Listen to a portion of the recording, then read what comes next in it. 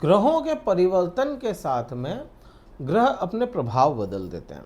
आने वाली 18 मई 2025 को राहु ग्रह परिवर्तन कर रहे हैं और ये परिवर्तन बड़ा परिवर्तन है। पूरे 18 साल बाद में राहु आपके पंचम भाव में आ रहे हैं।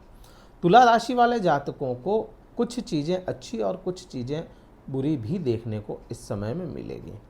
अच्छा क्या है वो अपन इस वीडियो में जानेंगे, बुरा क्या हो सकता है उस पर भी थोड़ी चर्चा जरूर करेंगे। नमस्कार मित्रों, मैं भानु प्रकाश शर्मा, एस्ट्रो भानु शर्मा चैनल में आपका हार्दिक अभिनंदन करता हूं। बात तुला राशि की है और पंचम भाव का राहु बहुत अच्छा नहीं माना गया, लेकिन ये भाव तो अच्छा नहीं है राहु के लिए। और अच्छा क्यों नहीं है? क्योंकि प्रेम, जब भी प्रेम की बात करोगे तो वो पहले एक सॉन्ग था, अपन ने सुने कुछ गानों में, एक वो था कि प्यार में सौदा नहीं। और राहु जो है ना, ये सौदेबाज है। तो ये सौदेबाज है, सौदे करवाता है राहु, दिमाग से सोचता है। और जब भी प्यार की, प्रेम की बात आती है तो वहाँ पे दिमाग काम नहीं करना चाहिए, वहाँ पे तो प्रेम ही होना चाहिए। और प्रेम भी कौन सा, निस्वार्थ प्रेम की जब भी बात आती है तो वहाँ पे राहु की कोई जगह नहीं है। ये पांचवा भाव है। ज्ञान की जब भी बात आती है तो वहाँ पे शुद्ध ज्ञान ही होना चाहिए, स्वार्थ नहीं होना चाहिए। ज्ञान पांचवा भाव है।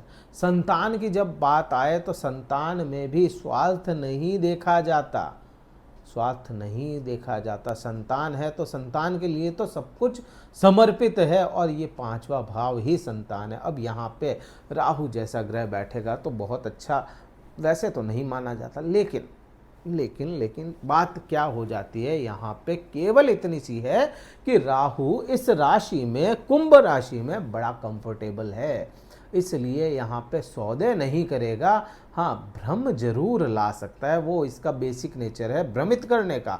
सौदे क्यों नहीं करेगा? क्योंकि कुंभ राशि क्या है? राहु की फेवरेबल राशियों में से कुंभ राशि भी एक राशि हो जाती है जहां राहु फेवर करता है थोड़ा सा। और कौन सी होती है? और मिथुन होती है, वृषभ होती है, और आप देखो तुला होती है। ये फेवरेबल राशियां हैं। कन्या राशि है, ये फेवरेबल राशियां हैं। तो यहाँ इसलिए ये सौदेबाजी तो नहीं करता हुआ नजर आएगा यहाँ पे। हाँ, ये जरूर है, भ्रमित जरूर कर सकता है प्यार को लेकर के, प्रेम को लेकर के। और अच्छा क्यों कर सकता है या बुरा क्यों नहीं करेगा? जितना बुरा अपने को समझ में आ रहा उतना बुरा क्यों नहीं करेगा? क्योंकि इस राशि में राहु का नक्षत्र है। जहां देख रहा है, देखिए राहु के 3 नक्षत्र होते हैं, शतभिषा, आद्रा और स्वाति। अब ये जो शतभिषा नक्षत्र है वो तो कुंभ राशि में आ जाता है, कुंभ राशि का मध्य नक्षत्र शतभिषा। फिर अब आप देखोगे आद्रा जो है वह, इसकी जो 5वीं दृष्टि है उसमें आ गया। मतलब राहु फेवर करने वाले राशि में, राहु फेवर करने वाली राशि को देख रहा है। और फिर स्वाति नक्षत्र जो होता है वो खुद तुला राशि में हो जाता है, मतलब आपकी खुद की राशि या लग्न। तो यहाँ पे जब देखेगा राहु तो यह अपने हथियार डाल देगा यहाँ पे आपके सामने, तो बुरे प्रभाव उतने नहीं देगा। बेसिक नेचर है उसको ये नहीं छोड़ सकता। बेसिक नेचर मेरा है तो मैं भी नहीं छोड़ सकता, आपका कोई बेसिक नेचर है तो आप भी नहीं छोड़ सकते। तो प्रभाव तो उसके इतने जरूर आएंगे कि भ्रम डाल दे।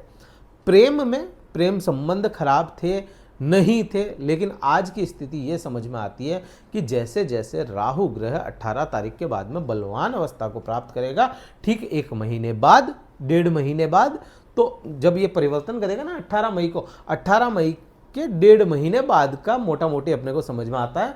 तो उस समय के बाद में प्रेम संबंधों में भ्रम जरूर पैदा हो सकता है, कोई तीसरा ही भ्रम सामने आ जाए। ज्ञान शिक्षा, ठीक है, लोगे, ज्ञान भी होगा, शिक्षा भी आपको मिलेगी, विद्यार्थियों के लिए समय अच्छा होगा, लेकिन फिर भी कोई भ्रम जरूर रहेगा कि मैंने सब्जेक्ट गलत ले लिया, मैं गलत पढ़ रहा हूँ, मेरे को टाइम नहीं मिल रहा या टाइमिंग सेट नहीं हो रहा। भ्रम करने वाली जो स्थिति है ना वो जरूर यहाँ पे बनी हुई रहेगी। तो ये प्रभाव आप पे रहने वाला है। संतान की बात करें तो संतान को लेकर के भ्रमित हो जाएं आप, यहाँ पे ये भी योग बन रहा है। लेकिन बुरा नहीं होगा। बुरा क्यों नहीं होगा वो मैंने आपको बताया। बुरा क्या नहीं होगा, जैसे प्रेम संबंधों में भ्रम आए लेकिन प्रेम संबंध टूटे नहीं। संतान को लेकर के भ्रम जरूर आए लेकिन फिर भी संतान आपका कहा मान रही है। आप आपके अंडर काम है, मतलब आपके अंडर है संतान, आपके आप जो चाहेंगे वैसा ही होगा।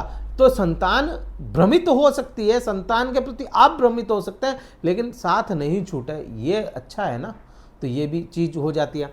फिर यहाँ पे राहु की जो आप देखोगे ना, राहु बहुत बड़ी भूख है, राहु ऑब्जर्वर है। तो आपके ये इच्छाएं जो होगी, जीवन भर की जो इच्छाएं अपन मानते हैं, पांचों भाव से देखते हैं कि कुछ लेने की इच्छा हो गई, कुछ खरीदने की इच्छा हो गई, कुछ करने की इच्छा हो गई, वो इच्छाओं की जो भाव होगा वो ये होगा। और इच्छाओं की पूर्ति कौन करवाता है? आपके सामने वाला भाव, जो 11वां भाव होता है। तो यहाँ पे इच्छाएं बहुत अधिक बन जाए, लेकिन उनकी पूर्ति जो है ना वो धीरे धीरे धीरे धीरे कछुआ चाल से होने वाली है। तो यहाँ पे ये योग भी बन जाता है। अब यहाँ से अपन राहु का एस्पेक्ट चेक करें तो राहु के पास में 5वीं, 7वीं और 9वीं दृष्टि होती है, ठीक बृहस्पति और केतु के समान। समान कहा, रिजल्ट वो नहीं होते जैसा बृहस्पति देगा। तो अब यहाँ पे आप देखेंगे कि भाई यहाँ से जो दृष्टि संबंध बनेंगे आपके 9वें भाव पे बनेंगे। वहाँ पे कौन बैठा है? बृहस्पति ग्रह बैठा है। बृहस्पति कैसी स्थिति में? विपरीत स्थिति में बैठा है, मतलब धनु के सामने बैठा है। तो यहाँ पे यह जो भाव बनेगा यह धर्म की हानि का भाव बनेगा। धर्म की हानि मतलब यहाँ पे आपको प्रैक्टिकल नॉलेज चाहिए। यहाँ पे है ना, ये नहीं है कि हमारे इस जगह पे ये लिखा है तो वो है, प्रैक्टिकल समझा दो, समझ जाओ, तो वहाँ पे धर्म की हानि नहीं है। अदरवाइज फिर है ना, ये धर्म पे उंगली उठाने वाला भी बन जाता है, स्थितियाँ बनती है ऐसी। हाँ, यहाँ पे प्रेम विवाह के योग भी बनते हैं, पिता के साथ के योग भी बनते हैं, क्योंकि बृहस्पति हालांकि इस तुला राशि के लिए बृहस्पति बहुत अच्छा ग्रह नहीं है, फिर भी अपनी ठीक राशि के सामने बैठा है, तो पिता का साथ भी यहाँ पे मिलता है, भाग्य का साथ भी मिलता है। और भाग्य भी अचानक से काम करेगा, एकदम ऐसे नहीं है कि पूरा ही 1.5 साल बहुत अच्छा ना, अचानक से जब जब जरूरत होगी तब तब भाग्य आपका आगे खड़ा होगा। तो ये प्रभाव आपको देखने को मिलेंगे। अब यहाँ से आप देखो 7वीं दृष्टि में केतु जैसा ग्रह बैठा है। राहु अटैचमेंट है, केतु डिटैचमेंट है। राहु आपको है ना इकट्ठा करके आपका प्रभाव जमाता है, प्रभुत्व जमाता है, लेकिन केतु क्या है? केतु सबको छोड़ करके अंतर ध्यान हो जाता है। अंतर्मुखी ग्रह कोई है तो वो केतु है। तो लाभ को डिटैच करता हुआ भी नजर आता है, वहां पे केतु के प्रभाव होंगे। और केतु के प्रभाव मैं आने वाले समय में बताऊंगा। इस वीडियो में केतु के प्रभाव पे बात नहीं कर रहे हैं। अब यहाँ पे जो बृहस्पति बैठे होंगे, इसकी दृष्टि 5वीं आपके खुद पे राशि पे होगी, इसकी दृष्टि 9वीं आपके यहाँ पे होगी, और नव पंचम से यह एक दूसरे को राहु और बृहस्पति देख रहे हैं। तो अब यहाँ पे जो होगी, यहाँ आप देखेंगे कि आपको ज्ञान भरपूर बृहस्पति दिलाने वाला है एक, और आपको भ्रमित करने वाला ग्रह खुद वहां पे सरेंडर करता हुआ नजर आता है। क्यों? क्योंकि इसका जो राहु का जो गुरु माना गया, राहु का गुरु, या कहें कि भाई राहु किसके अंडर काम कर सकता है? शुक्र के अंडर काम कर सकता है राहु। तो यहाँ पे क्योंकि यह उसी के टीचर की, उसी के गुरु की राशि हो जाती है, तो वहाँ बुरे प्रभाव नहीं लाएगा। प्लस खुद का नक्षत्र यहाँ पे है, इसलिए बुरे प्रभाव नहीं होंगे। तो आपको कैसे क्या डील करनी है, आपका ज्ञान आपको भली भांति समझा देगा। हाँ, थोड़ा सा मतलबी जरूर बनाएगा यहाँ पे, तो वो मैं नहीं मानता कि मतलबी होना आज के समय में खराब है। तो ये प्रभाव आपको देखने को मिलेंगे, और बहुत कुछ प्रभाव इस वीडियो में छूट रहे हैं। आने वाले समय में और भी मैं वीडियोस लेकर के आऊँगा, और कार्यक्रम आएंगे। तो कमेंट करके ज़रूर अपना बताइए कि राहु कैसा रहा पिछली बार, और क्या उम्मीद करते हैं इस बार, क्या हो जाना चाहिए। तो और कोई सवाल हो कि भाई राहु से रिलेटेड, पूछ सकते हैं कमेंट में। उचित अगर सवाल होगा तो उसका जवाब भी दिया जाएगा। ये कहीं अच्छा लगे लाइक कीजिए, शेयर कीजिए, सब्सक्राइब कीजिए चैनल को। और कुंडली विश्लेषण करवाना चाहते हैं, डिस्क्रिप्शन में कार्यालय के नंबर दिए गए हैं, व्हाट्सअप मैसेज द्वारा संपर्क करके आप अपना स्लॉट बुक करवा कर मुझसे बात कर सकते हैं। इस वीडियो में इतना ही था।